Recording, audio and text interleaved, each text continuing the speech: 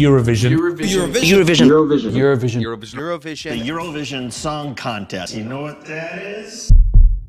If you don't know what Eurovision is, then this video is for you, because after today you're gonna become an expert in it. And if you do know what that is, then you can also continue watching, because you will for sure get to know something new. It is not just a YouTube video, it is a documentary film featuring multiple guests, wide range of topics, and of course, drama. So let's start talking about Eurovision, the biggest song contest in the world. Eurovision was introduced in Switzerland by the European Broadcasting Union to ease tensions in post-war Europe. What began as a cautious attempt at unity has grown into a stage that reflects the continent's conflicts and identities. For example, Ukraine in 2016 has won with a song that brings awareness to the Crimean Tatar genocide.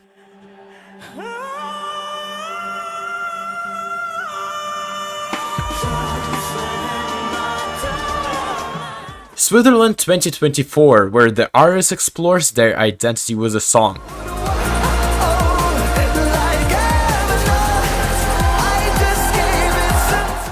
Latvia 2025, where the song portrays their culture.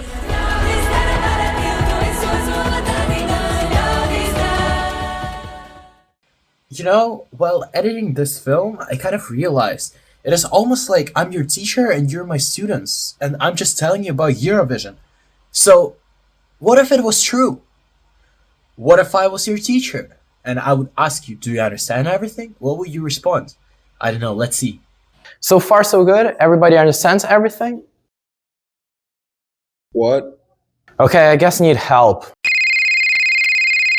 I'm Tim Routledge. I was the light designer for Eurovision 2023 and 2025. I am Sean.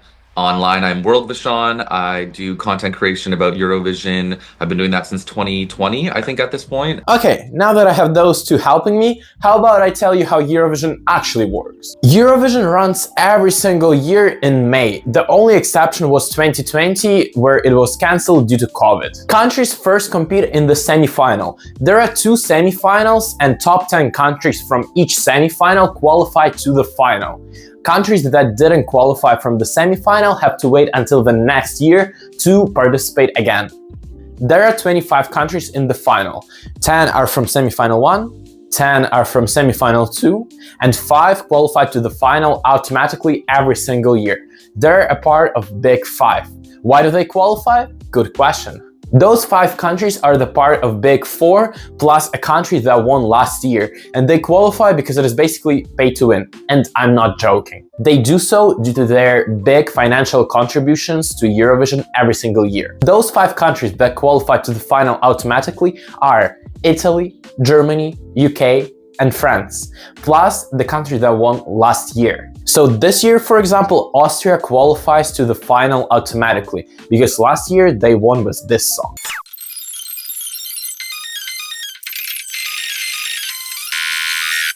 That was a really fast recap. I hope you were able to hear the beauty of the song. The Eurovision is hosted in a different country every single year. This of course complicates the preparation process before every single year's show. For example, look how different 2025 and 2026 arenas look. Tim Routledge was actually working on Eurovision 2025, which gives him a rare behind-the-scenes perspective on what it actually takes to build a Eurovision from a technical standpoint. I'm Tim Routledge. I was the light designer for Eurovision 2023 and 2025. It's like the biggest TV show you can do. It's the biggest TV show in the world. For me, it's the biggest playground, the most exciting thing you can do. Part of why Eurovision is still popular even after 70 years, it's due to its ability to evolve with modern audience. It's reinvented itself over that time. There's not many TV formats that can stay that strong for so long. And I think even now, talking to the EBU that run Eurovision, the socials are going through the charts. So it had an older audience traditionally, and now younger people are watching it. It's huge on TikTok and Instagram and Facebook and all of the social media sites. So they get something like 2 billion interactions in the period of the contest for those 2 weeks. One of the most fascinating things of Eurovision production is its dual structure. According to Tim, there's 2 kinds of performance. There is contest performances, and there is show performances. So I work for two teams. Contest is the delegations, the countries that are going to come and perform. And then we also have like the opening performances, flag parade, halftime performances. And we treat those very differently. Like, so that the show performances, they're owned by the host country. We can do what we want. We work as a team with the host country. We're part of that creative team. With the delegations, I design the entire playground of lighting, of what's available. I send that to the delegations in January, and then they come back to us with their ideas, wishes, and wants about how things should look for their performance. So each country has very much an idea of what they're trying to achieve with our rig. Okay, now that we know how the Eurovision works behind the scenes, how about... Could you explain the rules of the contest? I still have no idea what's going on. Oh, right, the rules. They're simple. Each country submits one original song that must be no longer than 3 minutes. All vocals must be performed live, no lip syncing allowed, but the instrumental track is pre-recorded. Since 2021, backing vocals can be pre-recorded, which changed how performances are staged. The back vocals still can't be dominant ones though. Songs can be performed in any language. A maximum of 6 people is allowed on stage during a performance. This includes singers, dancers, and anyone appearing live. Songs, lyrics, and performances must remain non-political. European Broadcasting Union strictly enforces this to avoid controversy and keep the contest focused on music, though this rule is often tested. Songs must be original and cannot be released publicly before a certain cutoff date set by European Broadcasting Union. This prevents already popular songs from having an unfair advantage. Okay, short question just to you. Do you maybe listen to pop music? Or maybe even rock music? Or maybe even metal music? If so, then you're really lucky, because Eurovision gets those songs every single year. And not only them. Wait, I have a list. You can also find on Eurovision stage genres like pop, dance pop, Europop, ballad, rock, pop rock, alternative rock, indie rock, hard rock, punk rock, heavy metal, symphonic, EDM, house, synth pop, techno, drum and bass, hip hop, rap, Latin pop, jazz, swing, blues, funk, disco, ska, country. All of those have appeared on Eurovision at least at some point in its existence. So if Eurovision's that old and it has all the genres, then why haven't we heard a single song from it? I'm sure you heard this song. Or maybe this song.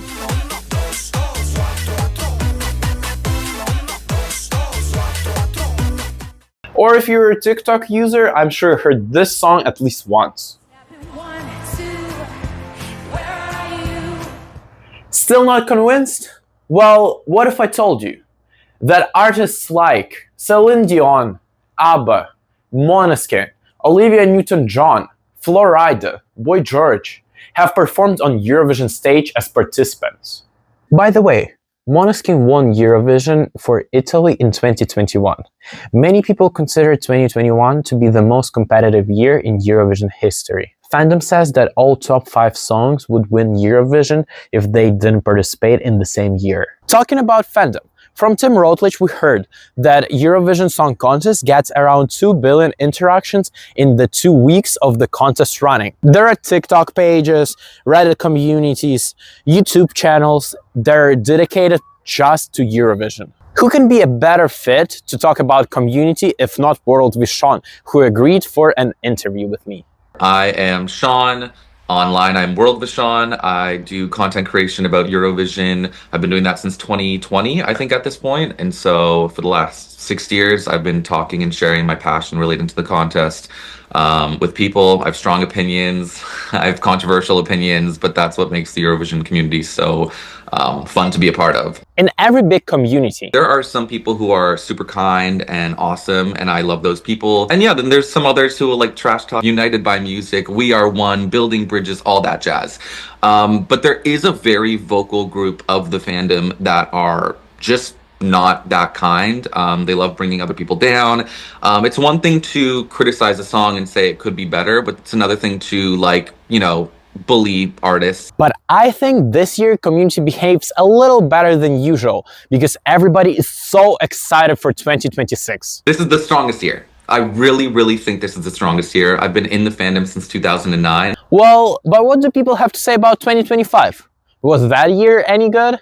Let's be honest, if we ask anybody from Eurovision community, they will most likely say that 2025 was a total mess. The one good thing I have to say about the last year's contest is its quality.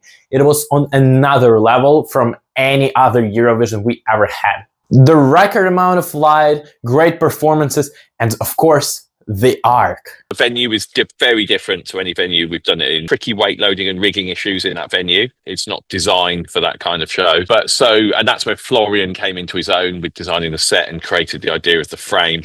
Because we had to have a ground support structure. So we had to have this four-legged structure. And so we used the downstage legs as this frame and decorated that, and turned it into a three-dimensional set piece. I hope we can all agree the Eurovision 2025 production itself was on another level from any other edition we had before. So let's all just thank Tim Routledge for that. Thank you! One of the things I think I should talk more about is Eurovision 2026. Since Austria won last year, this year the contest is held in Vienna, the capital city of Austria. Wait, how about instead of talking about 2026, I go straight to Vienna and show it to you? You know, I was just packing up my clothes, as you can see, for the Vienna trip, and I was like, what am I gonna do during the flight? It is like 12 hours from Canada to Austria. Like, what am I gonna do? Without Wi-Fi, without any entertainment. And then it clicked. I'm just gonna play my own mobile game that is free to download, free to play. There are no ads, no in-game purchases. I made it just for fun so that people can have fun. You can download it on any Android device. The link to my game is in the description under this film. And you can play it for fun. You can play it on the bus, at school, even on plane. And I'm gonna test my theory if I can play it on plane. See you in Vienna.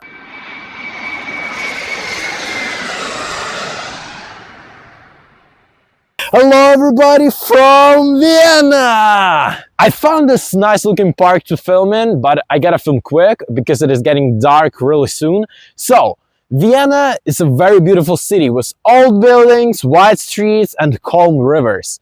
The city feels elegant and peaceful, especially with its music history and famous landmarks. When it prepares for Eurovision, Vienna becomes more lively and colorful than ever.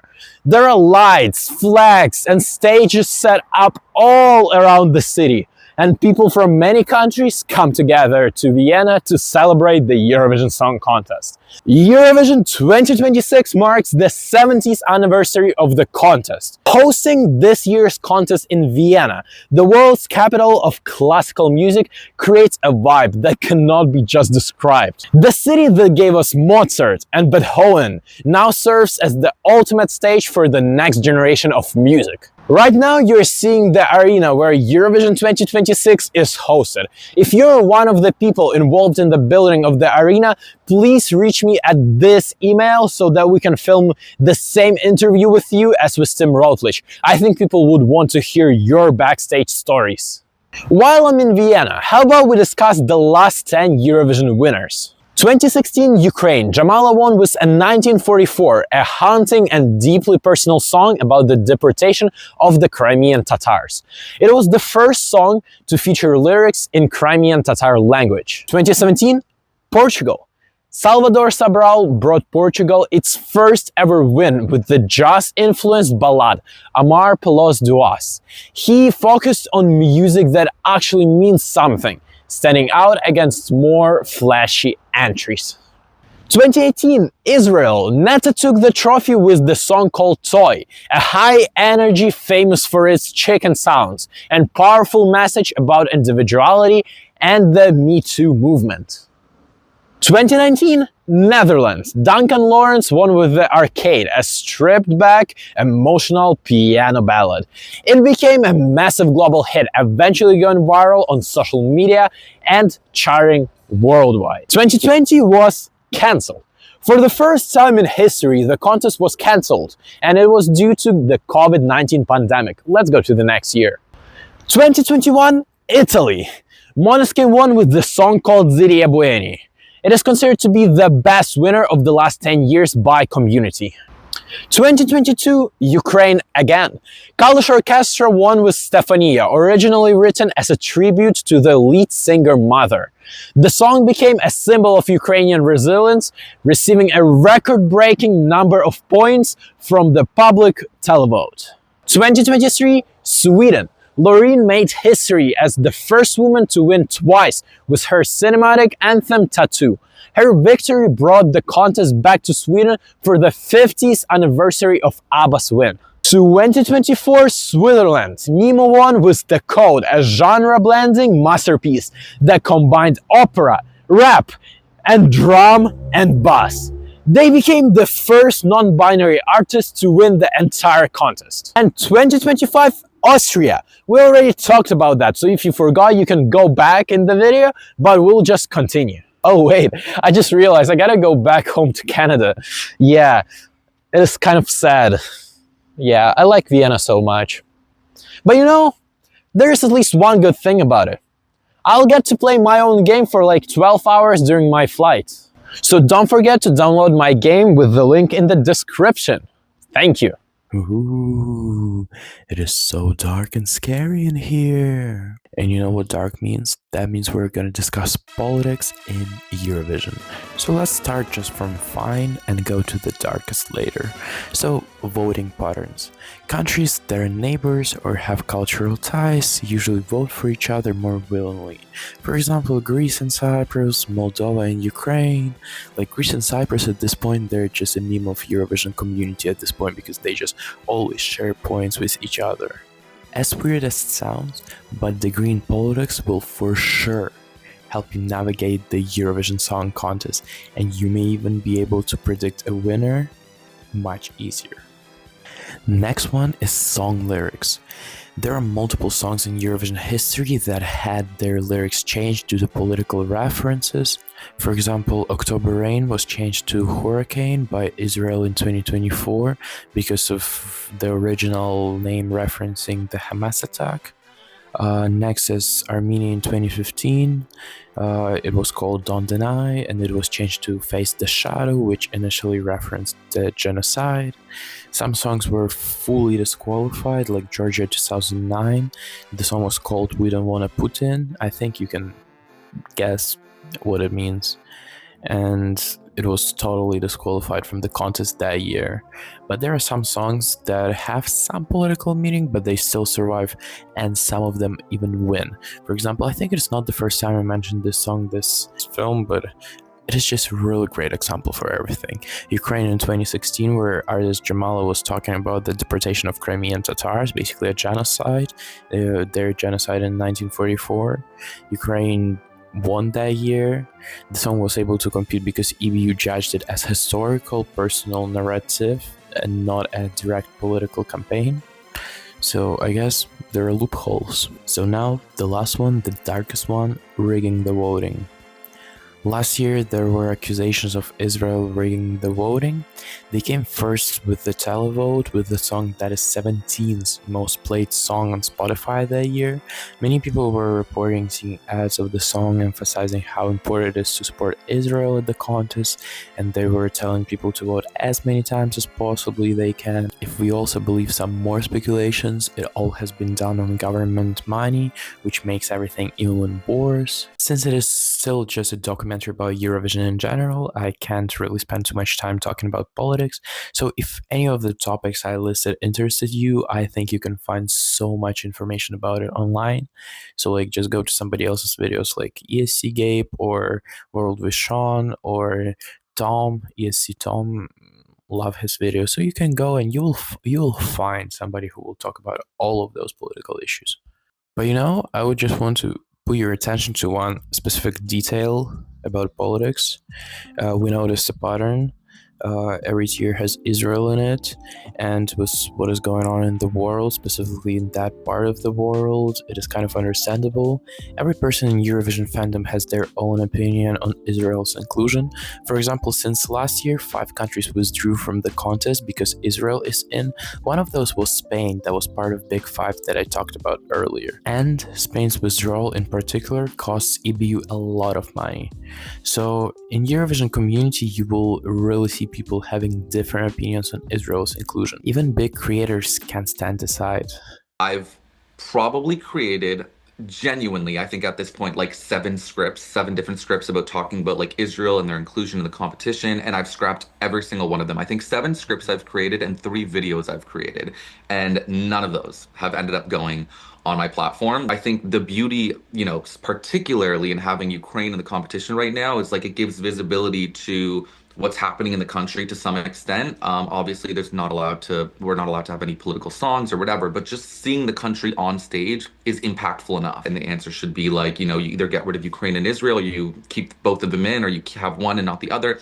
It's incredibly nuanced, no matter what anyone says. Especially looking at like the way that the EBU was founded and trying to support independent broadcasters that are separate from the governments and not, mouthpieces of the state. So the political lecture has ended. Now we go into geography. Australia competes in Eurovision. The country that is roughly 15,000 kilometers away from Europe was able to secure a spot in the Eurovision Song Contest. Since Australia used to be a colony of Britain, they have great cultural connections with Europe. Around 2 million people were watching Eurovision in Australia before they joined, so it was just a question of time when will they get officially involved. And in 2015, they got an invitation to participate in the contest. Since then, they have competed in 10 editions and even won the semi-finals a few times, in 2016 and 2023.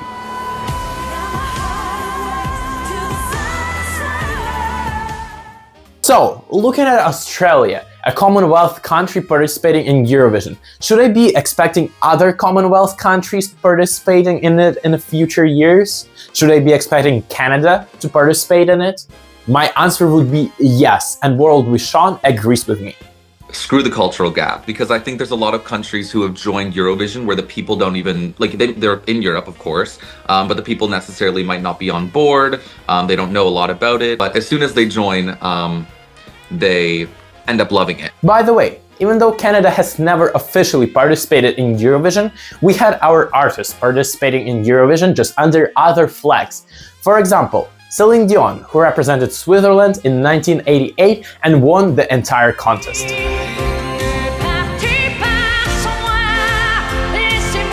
Celine Dion is Canadian, if you didn't know that. Or Lazara, who represented France in 2023, pretty recently.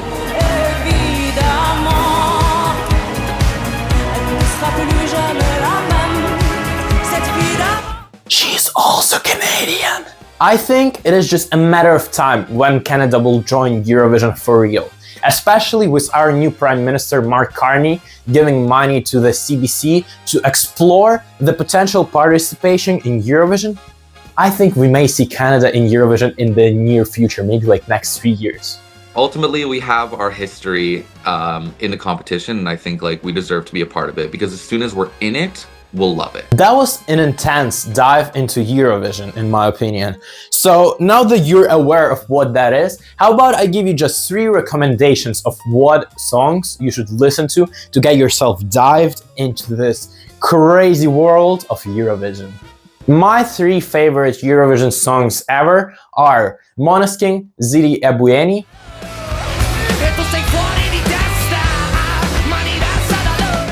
Nemo, The Code,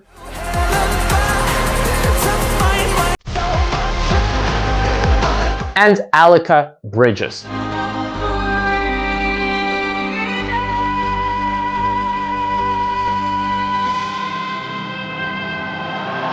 The recommendation from World with Sean would be Cha Cha Cha.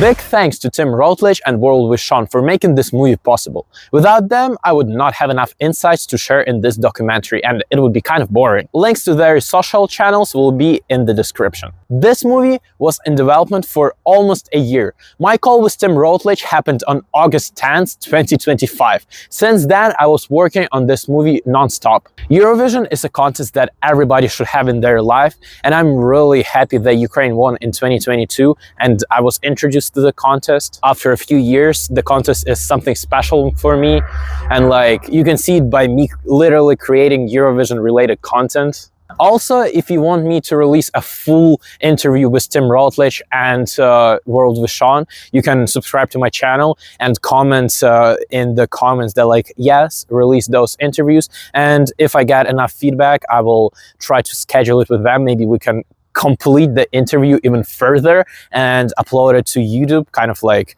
bigger version. I hope it will work, but only if you show some interest. Also, don't forget to like this video, because we're on YouTube, of course. Share this video with your friends. Thank you very much for watching. Merci beaucoup pour regarder. Дякую за перегляд.